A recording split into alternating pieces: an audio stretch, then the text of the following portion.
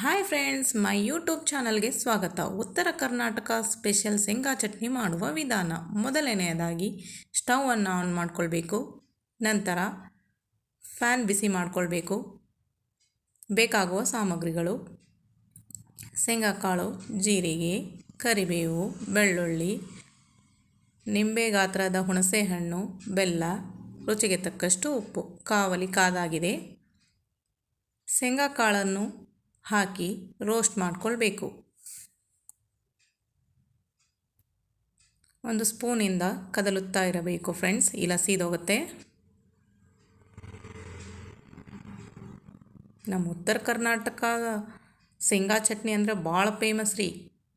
ಒಂದು ಸಲ ಮಾಡ್ಕೊಂಡು ನೋಡಿ, ಸೂಪರಾಗಿರುತ್ತೆ. ನೋಡಿ ಫ್ರೆಂಡ್ಸ್, ಇವಾಗ ಬ್ರೌನಿಶ್ ಆಗಿ ಬಂದಿದೆ. ಒಂದು ತಟ್ಟೆಯಲ್ಲಿ ತೆಗೆದುಕೊಳ್ಳಬೇಕು. ಮತ್ತು ಫ್ಯಾನ್ನಲ್ಲಿ ಬೆಳ್ಳುಳ್ಳಿ, ಕರಿಬೇವು, ಜೀರಿಗೆ, ಬೆಲ್ಲ ಹಾಕಿ ಸ್ವಲ್ಪ ರೋಸ್ಟ್ ಮಾಡಿಕೊಳ್ಬೇಕು. ಏಕೆಂದರೆ ಫ್ರೆಂಡ್ಸ್, ಬಹಳ ದಿನ ಇಟ್ಟರೂ ಶೇಂಗಾ ಚಟ್ನಿ ಕೆಡುವುದಿಲ್ಲ. ನೋಡಿ ಫ್ರೆಂಡ್ಸ್, ಈ ಥರ ರೋಸ್ಟ್ ಮಾಡಿಕೊಂಡು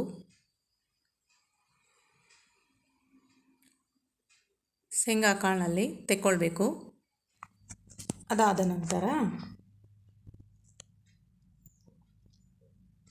ಒಂದು ಮಿಕ್ಸಿ ಜಾರಲ್ಲಿ ಹಾಕಿ ಪಲ್ಸ್ ಮಾಡಿಕೊಂಡ ನಂತರ ಖಾರದ ಪುಡಿಯನ್ನು ರುಚಿಗೆ ತಕ್ಕಷ್ಟು ಹಾಕಿ ಮಿಕ್ಸಿ ಜಾರ್ನಲ್ಲಿ ಗ್ರೈಂಡ್ ಮಾಡಿದರೆ ಉತ್ತರ ಕರ್ನಾಟಕ ಶೇಂಗಾ ಚಟ್ನಿ ರೆಡಿ.